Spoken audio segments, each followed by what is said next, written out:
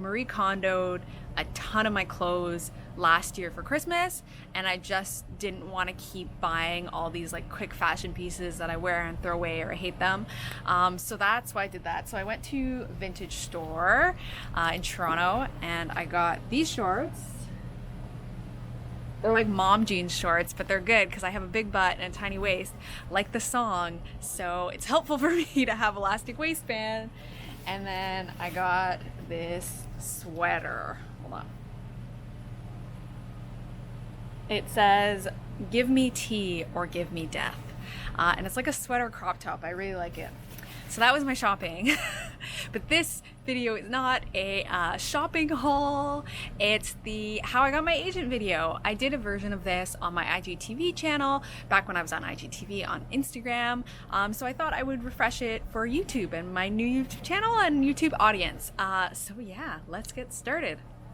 Hey, so originally when I filmed this video, I had started my entire writing journey from like the very beginning when I like first started getting into writing, and it just made the video way too long. So I'm coming back and I'm like summarizing basically all the writing stuff I had done before I started writing my third book, which is the book I actually got my agent with. So my first book, I started writing it when I was 16. It was called The Pack. It was heavily influenced by Twilight, and it was about werewolves. And so I wrote that book.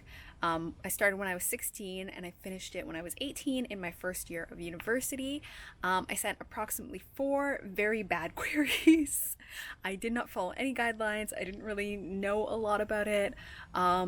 A lot of agents back then, that was in 2009, a lot of agents weren't even accepting email queries. They wanted you to mail out the whole thing, and I just didn't have money for that as a college student.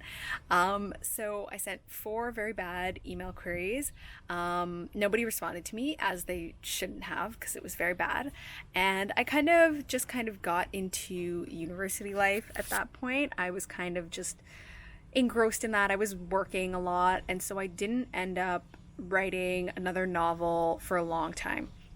So when I was 22, this was in 2014 around, I had finished school. I had finished my 4 years of university. I had also done an additional year of college, and I was working my first adult job. I just had a lot more free time, and I started reading more, getting back into reading books, and I started a book blog called Lunchtime Librarian, not because I was a librarian, but because I read at lunch when I was at work, and it was alliterative. I liked it. And that really got me involved in the book community, in the Twitter community. I started getting like a lot more knowledge about the writing industry as a whole and querying as a whole and things like that. I keep switching my hands because they're getting tired.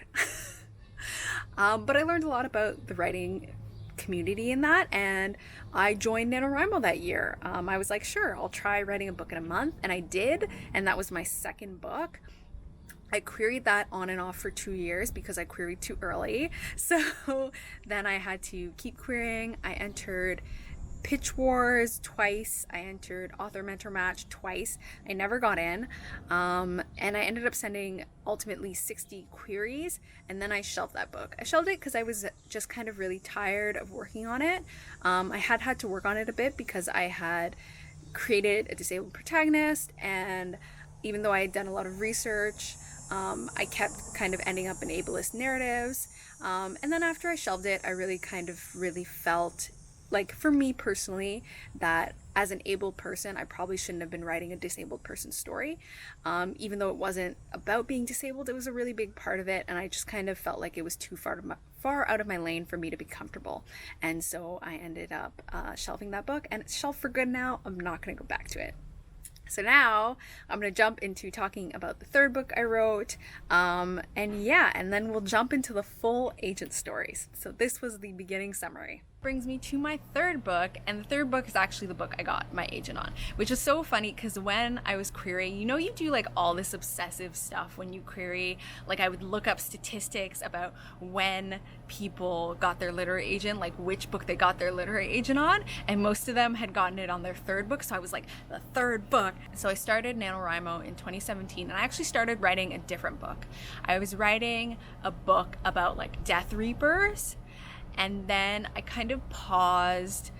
I had written like 10K of it, and I was like, I actually don't like this enough to continue, and I've had this idea in my mind about a Black Witches book, and it just kept eating at me, and I kept thinking about it. So like, I think it was like 5 days into NaNoWriMo, I was like, you know what? I'm gonna write this Black Witches book instead. And I swapped over, and I started writing my book, Voya Calling. And that's a book about a family of Black witches living in Toronto in the year 2099. And the main character, Voya, her coming of age to come into her powers as a witch goes terribly wrong. And her ancestor gives her one more chance to not screw up. But the catch is that she's making a choice between murdering her first love or losing her family's magic forever. This time, I told myself, I was like, we're not gonna query too early, because that had always been my problem. I had always queried before it was the most perfect because I was so impatient. So I'd finished at the end, like the end of November, and Pitch Wars was gonna happen in like August or something like that. And I told myself, okay, so we're gonna edit, we're not gonna send to any agents at all until Pitch Wars. So I was going to force myself to use a full 6 months to edit this book. So I'd gone through a round of edits, and then a contest called Rev Pit came up. I had never heard of it. Rev Pit, Revision Pit. So it's a mentorship program, but it's with editors, so freelance editors instead of authors, the way Pitch Wars contest is. But they go through your full manuscript with me, and I wasn't going to enter because I was like so like boxed into Pitch Wars. I was like, this is the contest I have to get into.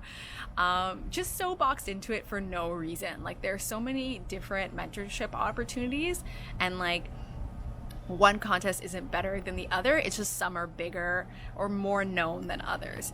But I was boxed into Pitch Wars, and I was like, I'm not going to submit to Rev Pit. I told myself I'm going to edit this whole time. And at the time, a friend was like, you know what? Why don't you just submit? Like, you'll still get help. And if you feel like you didn't get enough help, you can still submit to Pitch Wars later. So I was like, you know what? Okay, I'll do it. I'll apply. And I applied to Rev Pit. Each editor had a cap at 100 entries, and they choose one mentee, and I got picked, which was so like, it was my first time being picked for everything. It felt like the lottery. I was like, somebody likes me, somebody cares about my work, and it was so validating. Like, you really don't need to get into a contest to have your work validated. Like, it can really be validated from peers and other people, but for me, just like, it felt like somebody in the industry was taking notice of something I was doing. And so I got into Rev Pit. I edited my book for a month with the lovely Sion Ashleman, who's a fantastic editor. She has freelance services. I'll link her below. And was just like such a wonderful editor. Like, they helped me so much, and they were so available for me in all contests. Like, we did Skype calls and all of that, and I rewrote half of my book. I cut half of it, or rewrote half of it in a month. I'd written the whole thing in a month, so I guess it's not as impressive. Well, but I did that, and there wasn't a showcase, but there was Pit Mad after. So I'd started the book, I had finished the book November 28th. So I had waited basically like 6 months of editing before putting it out to agents. And because I have so many delusions of grandeur, and I think a lot of people do, but I really did. I had really hoped that I would be like the belle of the Pit Madball. Like, I'd be one of those people that got like hundreds of likes, and I'd find an agent in a day, and we'd sign, and we'd have a book deal a week later. Like, those are the hopes that I had for myself, and that is not what happened. So I put my first Pit Mad tweet out, and I think in like half an hour, I think I had gotten like 3 likes. So there's nothing wrong with that. Honestly, like, there are lots of people that don't get any agent likes at all. Getting any agent likes is awesome. But because I had put up these high expectations for myself, I was so sad. I was so like emo and down on myself, and I was like, this book isn't as good as I thought it was. Obviously it isn't as good as anybody else thought it was. Nobody's ever gonna sign me. I've wasted my time again. It was such a huge failure. It did get better by the end of the day. Like, by the end of Pit Mad, on that one tweet, I did actually get 49 likes. Not all were agents, but a lot of them were, and a lot of them were really great agents that I was really excited to query. And so I basically made a list. I made a list of all the agents that had Pit Mad liked me, and I put a note on them that said Pit Mad. I organized all my queries through Query Tracker, and I made a list of all these agents. I really caution to not send queries to agents that you don't think that you would work well with. I talked about this, I'm gonna link it. I talked about this in the 10 querying tips from 10 different writers video that I made. But what had happened was an agent, a very lovely agent, had directly requested my manuscript from me in via email. And I was so it's so in my own head, but I felt that I had to send it to them, even though I didn't think we would be a good fit, not because they aren't a lovely agent, but just because I didn't think that our styles kind of meshed together. And I had sent it off to them, and then they had offered in a week. So a week after I had started querying, they offered to represent me.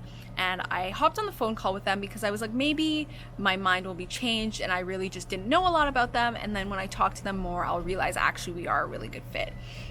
But I talked to them, and I still kind of felt like, even though they were a good agent, that they weren't quite the fit for me. So after thinking a lot on it, I ended up declining that offer outright. I did explain to the agent that I didn't feel like we were a good fit, and I didn't feel like I was as enthusiastic as all of their clients were about them, and so I would have to decline outright, which was really scary. It was really scary because in part I was worried that they were gonna hate me because of this, and I really didn't want that. I think they're such a great person. I really didn't want them to hate me. And then I also was worried that I was never gonna get another offer.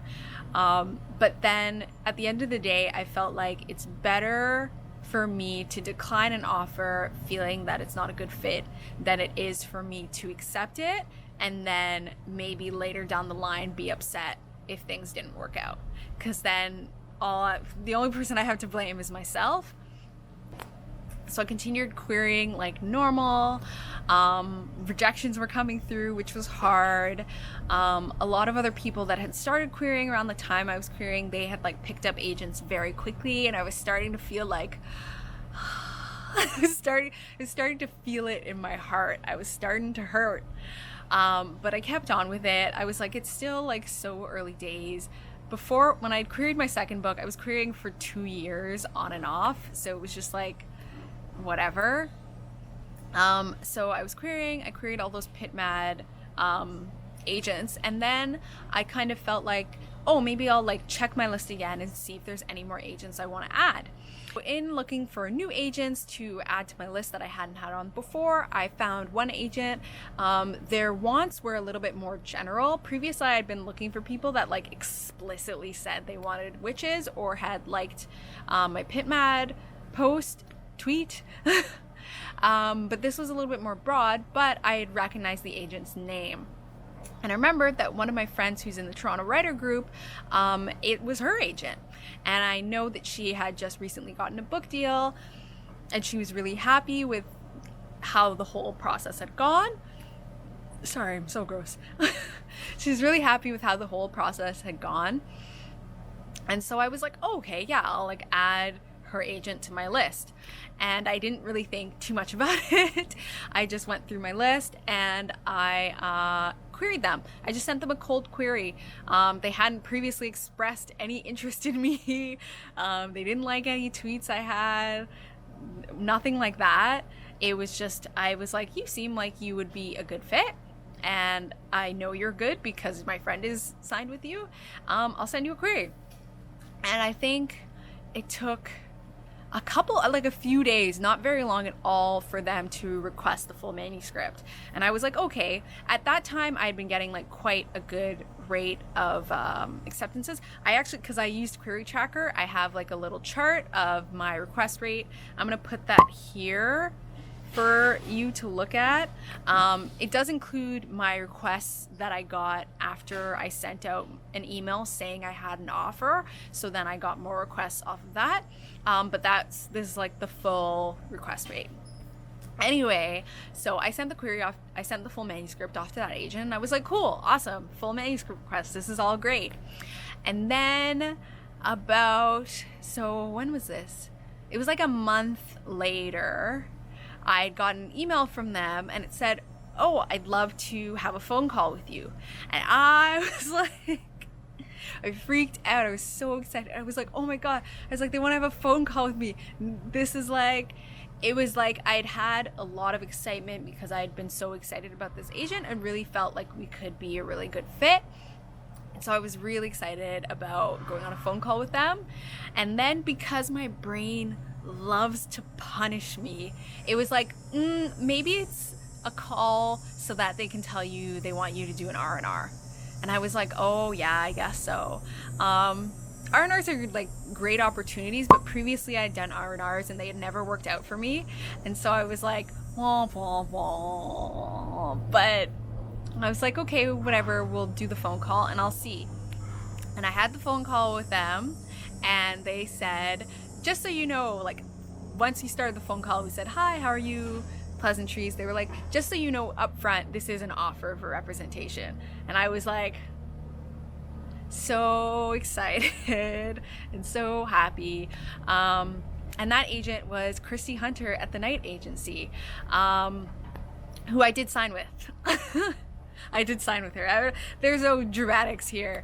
I did get one other offer in the end, but ultimately felt like Christy was the best fit for me. I felt like she really understood the book. She had like really great ideas for how to go forward. Something that really stood out to me was that she already had names of editors she had in mind to send the book to on submission. She had an editorial background. I wanted an editorial agent so that they could help me. And her editorial background had also given her a lot of connections with other editors in the industry. She had great sales, and she had a great personality, and all her clients had lovely things to say about her. She's got a little collection of Canadians. So I joined the Canadian collection, and because she was my friend's agent, I also felt very, very confident about how we would be together. I think when you like talk with clients and you get feedback for an agent, it's hard to see a client ever saying anything bad, but because she was my friend's agent, I felt really confident that she was going to be a great agent, and she has been. She's been a wonderful agent. I've been so happy with Christy. So you should query her. If you think you guys are going to be a good fit, you should query her. And that's how I got my agent. So I started querying June 7th, and I signed with Christy August the 2nd. So it was kind of like, it was like about 2 months, just a little bit under 2 months of querying for me to sign with my agent, which was like very fast. My second book I'd queried, like I said, for 2 years on and off, so this was like incredibly fast for me. And then we spent 6 months editing the book before we went on submission to editors, which is the stage at which the book is now. So that's how I got my agent story.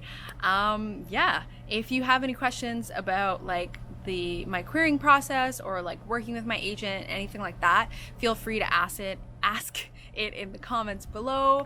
I'm also going to link to Christy's details in case you want to query her. I'm going to link Query Tracker, which is the program I used to track all my queries. Yeah, and that's what's going to be in the description. And thank you so much for watching. If you like this video, please give it a thumbs up, and please subscribe if you haven't already. I had gone through that whole process of querying, and I've learned so much.